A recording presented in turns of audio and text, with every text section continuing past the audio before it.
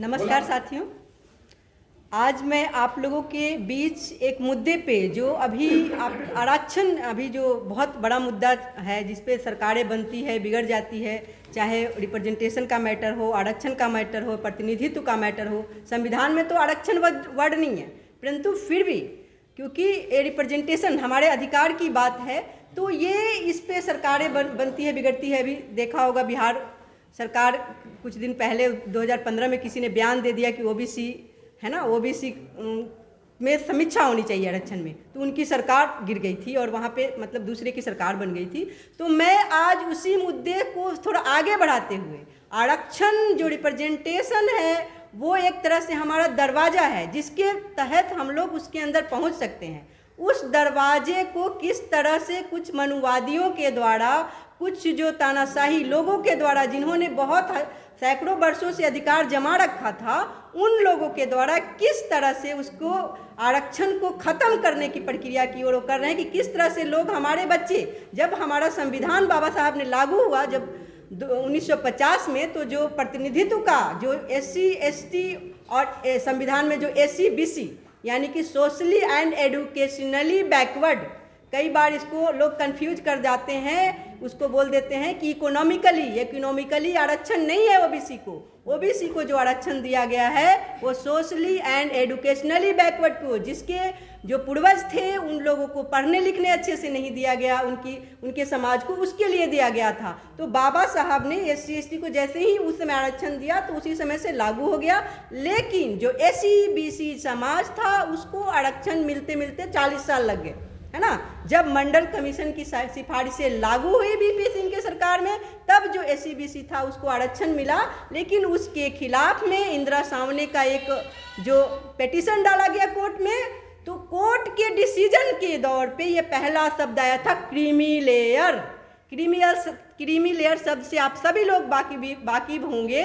वो creamy layer कोई creamy layer नहीं है, वो वास्तव में क्रीमी लेयर के द्वारा जो खुद क्रीमी लोग थे यानी जो जुडिशियरी में बैठे हैं, उनको तो सबसे पहले अपने ऊपर करना चाहिए था ना। फेयरनेस ऑफ जस्टिस की जब बात करते हैं वो लोग, जुडिशियरी में बैठे लोग, तो सबसे पहले उन्हें किस पे लागू करना चाहिए था? वो अपने पे लागू करना चाहिए था, क्योंकि जो जस्टिस ये निर्णय दे रहे हैं उनके अगर आप उनका डाटा निकालोगे, हम अभी किसी का नाम नहीं लेंगे, जो अभी प्रेजेंट जस्टिस हैं या पुराने जस्टिस हैं, उनका आप डाटा निकालो, उनके ही 200 परिवारों ने एकदम जब से हमारे जो यहाँ पे संविधान लागू है, हमारा देश जो आज़ाद हुआ है, तब से 200 से 300 परिवारों के बीच में ही उनके ही पोते, उन्हीं के नाती, उन्हीं के पतोहू, उन्हीं के जो भी क्या क्या रिश्ते होते हैं, सारे रिश्तेदार उनके जज बनते जा रहे हैं। अगर उन्हें फेयरनेस ऑफ जस्टिस का मैटर था तो उन्होंने इसको SC BC पे या फिर बहुजन समाज पे लागू नहीं करके सबसे पहले क्रीमी लेयर सब तो अपने ऊपर लागू करना चाहिए था कि हम लोग क्रीमी मैटर हैं, हम यहाँ पे नहीं आएंगे, हमारे बच्चे नहीं आएंगे, जबकि और लोगों को मौका देते। वहाँ पे आपको पता ही है ना कि बस वो जो कॉलेजियम सिस्टम जिसकी बात करते हैं, कॉलेजियम सिस्टम के थ्रू वो डायरेक्ट अपने बेटों को, अपने पोतों को, सबको पहुंचा देते हैं, अपनी बहू को पहुंचा देते हैं। और हमारे अंदर क्योंकि ये जो क्रीमी लेयर का मामला इसलिए फंसाया उन्होंने कि उन्हें ऐसा लगा कि हमारा जो समाज था वो आगे बढ़ने लगा था, पढ़ने लिखने लगा था, है ना। जो हमारे जो पूर्वज थे, किसान थे या फिर कोई भी काम करते थे, जो भी कमेड़ा वर्ग के लोग थे, वो लोग इसमें आने लगे नौकरियों में। तो इन मनुवादियों को ये बर्दाश्त नहीं हुआ और सबसे पहले स्वामीनाथन 1971 में एक कमेटी बनी थी, उस कमेटी ने ये वर्ड यूज किया था कि क्रीमी लेयर। उसके बाद 1975 में एक कमेटी और आई, जिस कमेटी नहीं थी वो एक NF थॉमस ने कोर्ट में केस डाला था केरला यूनियन के खिलाफ। तो केरल गवर्नमेंट और उस यूनियन के खिलाफ जब जस्टिस ने ये बात बोली कि हम सभी जो भी क्रीमी लेयर के लोग हैं उनको हम नौकरियों से बाहर करेंगे, उन्होंने पहले खुद को तो बाहर नहीं किया और वो तो एग्जाम भी नहीं देते। आज पिलर ऑफ पावर क्या है? अभी एक बहन कह रही थी कि 4 ही पिलर ऑफ पावर है। क्या है? ब्यूरोक्रेसी है, जुडिशियरी है, मीडिया है और चौथा कौन सा है? पार्लियामेंट है। तो हमारे लोग वोट वगैरह दे करके पार्लियामेंट में पे भी पहुंच जाते हैं अगर उन्हें वोट जनता देती है। हालांकि उनको भी कैंडिडेचर में बहुत मुश्किल आती है, पार्टियां टिकट ही नहीं देती है ना। तो वैसी जो हमारी चुनाव पॉलिसी के बारे में भी हमारी एक बहन बात कर रही थी, तो ऐसी चुनाव पॉलिसी है कि उनको टिकट मिल भी जाता है तो उनको चंदा कहीं उन्हीं से लेना पड़ता है, मनुवादियों से, तो फिर वो उनके ही बन के रह जाते हैं, हमारी आवाज़ वैसे भी नहीं उठा पाते हैं, है ना। इंडिपेंडेंस चुनाव की बात अभी कर रही थी बहन। तो हमारा ये कहना है कि ये सिस्टम ही पूरा उस तरह से बना दिया गया है कि हमारे लोगों को कैसे उसमें नहीं आना है, और वो क्रीमी लेयर जो है उसी मुद्दे का एक आगे का चरण है कि उन्होंने क्रीमी लेयर लाया। और जब इंदिरा साहनी की बात कर रही थी 1993 में, जो उसने मंडल कमीशन के खिलाफ जो मंडल कमीशन की जो सिफारिशें थी उसके खिलाफ जो उसने केस डाला था, तो उसने मांग ही नहीं की थी। बताइए, ऐसा कभी सुना है आपने कि हमने किसी भी चीज़ की मांग ही नहीं की, हम कोर्ट में पिटीशन ही डाले और जजमेंट मिल गया हमें। और ये जजमेंट दिया गया कि क्रीमी लेयर एक कमेटी बनेगी और वो कमेटी डिसाइड करेगी कि कौन क्रीमी लेयर है, उसको नौकरियों से बाहर किया जाएगा।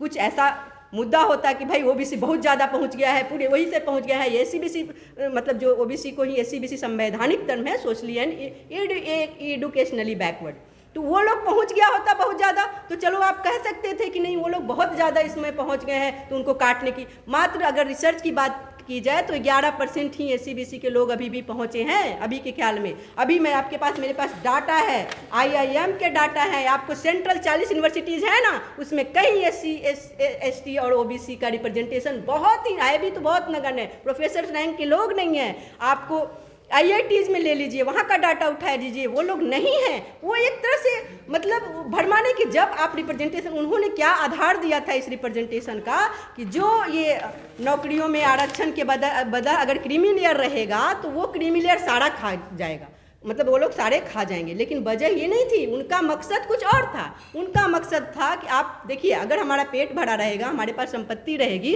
तभी तो हम जागरूक करेंगे अपने समाज को।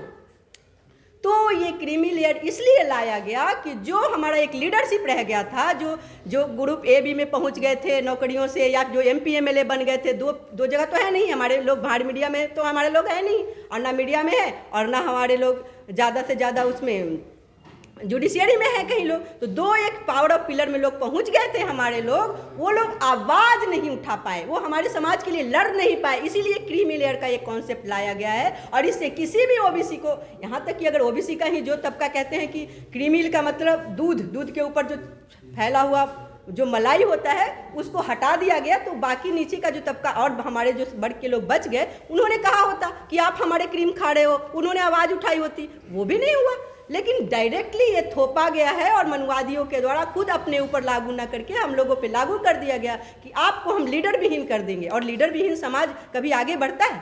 आप ही देखे, वो पहले के उदाहरण ले लो आप, कोई भी समाज तभी आगे बढ़ता है जब उसको लीडरशिप मिलता है। कोई भी सेना हार जाती है, सारे सेना बड़ी सेना रह जाती है, और अगर आपको उसका सेनापति मारा गया तो खत्म हो गया। वही किल किया गया है। ये जो क्रीमी लेयर का कॉन्सेप्ट लाया गया है, ये संविधान में भी जिस तरह से 50% की बात आपने सुनी होगी कि कहा गया था कि कोर्ट ने ये जजमेंट दिया था कि 50% से ज़्यादा आरक्षण नहीं होना चाहिए, कहा था ना। वो टूटा कि नहीं टूटा? क्योंकि वो संविधान में है ही नहीं। वो वर्ड क्रीमी लेयर भी संवैधानिक कोई टर्म नहीं है, ये सोची समझी साजिश की तरह हमारे लोग उसमें नहीं आए, इसके लिए दिया गया है। उसी तरह से ये भी 50% EWS कोटा आया इकोनॉमिकल वीकर सेक्शन के लिए, रातों रात पास हो गया, और रातों रात पास होकर लागू भी हो गया।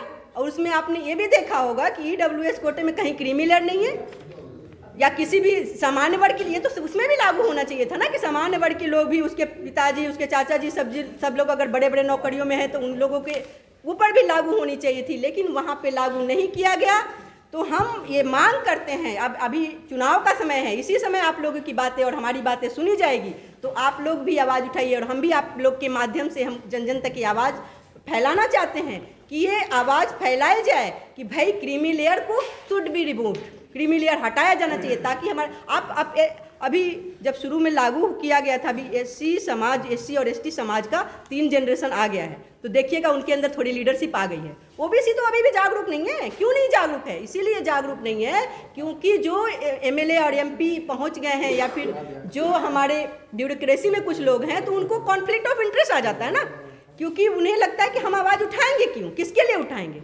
ना किसी को फ़ायदा हो रहा है ना कुछ भी, और उन्हें भी पहचान लिया जाता है, यहाँ तक कि वो तो दोनों तरफ से चले जाते हैं। जो कुछ लोग ग्रुप ए बी नौकरियों में चले गए या MP MLA चले गए, उनको तो इधर से भी गए क्योंकि क्रीमी लेयर बना दिया है ना, और उसके बाद वो उन्हें पहचान लिया जाता है, उनके ऊपर टाइटल हो गया यादव है, सैनी है। वो जब गए कहीं पे, उनको जैसे कुछ बड़े बड़े पोस्ट होते हैं, सचिव का पोस्ट हो या महासचिव का पोस्ट होता है, कुलाधिपति का पोस्ट होता है, उस पोस्ट के लिए अगर अगला जो भी हमारे समाज के लोग अप्लाई भी करते हैं तो उनको सामने बैठ जाते हैं जब, तो उसके पूछते हैं क्या नाम है, नाम से ही वो उसके पहचान लिया, या कोई और भी सोर्स होता है, तो दोनों तरफ से गए ना, वो बड़े पोजीशन पे वहाँ पहुँच पा रहे हैं और इधर से भी क्रीमी लेयर में भी गए, है ना। कई चीज़ें कई जगहों पे ऐसी नौकरियाँ होती है जहाँ पे बहुत ज़्यादा पैसे की ज़रूरत होती है, वहाँ पे वही लोग जा सकते हैं जो हमारे समाज के जो क्रीमी लेयर के लोग हों। और इसीलिए जो SC समाज, यही नहीं, इससे SC समाज और ST समाज भी अछूता नहीं है। नागराज कमेटी जो नागराज वर्सेज जो इंडिया गवर्नमेंट 2006 में जो फैसला आया था कि भाई क्रीमी लेयर इसमें नहीं हो सकता है SC ST में, अब उसको भी बदलने की तैयारी चल रही है। अब उसमें यहाँ तक कि कोर्ट ने कुछ दिन पहले फैसला सुरक्षित रख लिया है कि अब SC ST में भी वो क्रीमी लेयर लागू करेंगे। मतलब उन्हें लग गया कि इनके 3 जनरेशन हो गए हैं तो इसमें थोड़ी लीडरशिप आ गई है, तो उन्हें लीडरशिप नहीं चाहिए कि जो लीडरशिप बनेगा तो कहीं ये अपना हक अधिकार की मांग के लिए आवाज न उठाने लगे। तो इस वजह से हमारा यही आप लोगों से अनुरोध है कि अब सबको मिलना पड़ेगा। एक टर्म आता है गुआनेक्सी, जो चाइनीज वर्ड है, तो गुआनेक्सी का मतलब होता है एक संगठित होना, चाहे ST हो वो भी हो, देखिए पूरे बहुजन समाज को मिलकर लड़ना पड़ेगा। ये तोड़ना चाहते हैं, हजारों जातियों में बांट दिया था, पहले भी आप लोगों को पता है, शासन करने के लिए, है ना। तो वो जाति तोड़ो और समाज जोड़ो, वो मुद्दे पे हमें इस मुद्दे पे काम करना होगा और सब लोग मिलकर के ये जो क्रीमी लेयर है वो क्रीमी लेयर को हटाने की बात करनी पड़ेगी, वरना हमारा लीडरशिप, हमारा ST SC BC का लीडरशिप ही खत्म हो जाएगा। और जब लीडरशिप खत्म हो जाएगी तो हम लोग कहीं के भी फिर और नहीं रह पाएंगे। बस इसके साथ ही आप सब लोगों का धन्यवाद। Thank you so much.